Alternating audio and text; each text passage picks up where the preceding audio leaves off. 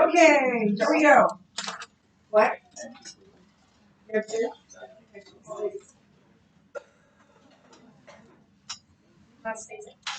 Okay, question 1, true or false? Jesus voluntarily surrendered himself to the group that came to him in Gethsemane. That is true. Number 2, the group that arrested Jesus in Gethsemane numbered no more than 13 people. False. Could have been as many as 1,000. I doubt it was that many, but it was at least a couple hundred. During the trial before the high priest, Jesus' enemies brought false witnesses to testify against him. True. That is true. Okay, tell me who the person is. Said, Master, Master, and then kissed him. Judas. That is Judas F. Said, whom do you seek? Jesus. That was Jesus D. Aimed his sword poorly. Peter was a fisherman, not a fighter, so that's I. Number 7 had his ear healed by Jesus. Malchus. Malchus H. He was a servant.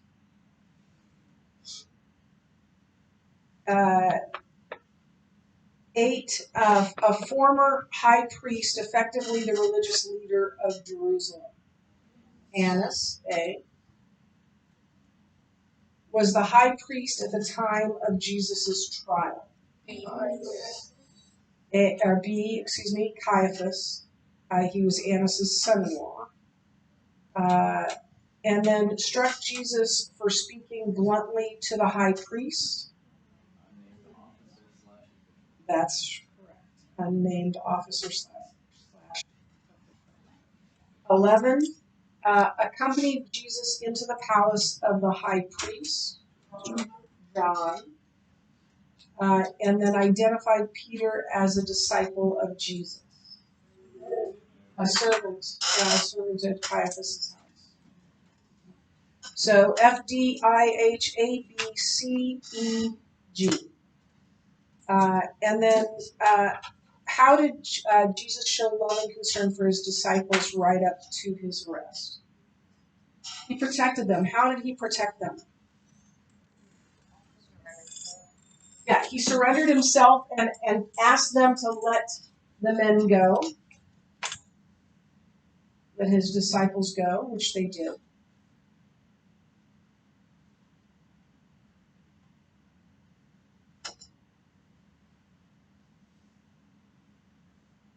Then he healed his ear. He healed Malchus's ear, likely saving Peter's life. And being arrested.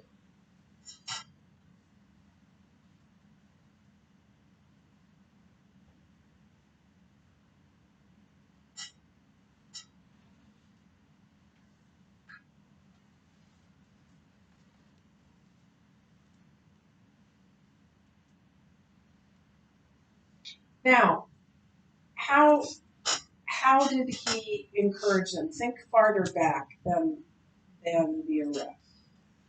He prayed for them before He that. prayed for them. He prayed for them. And encouraged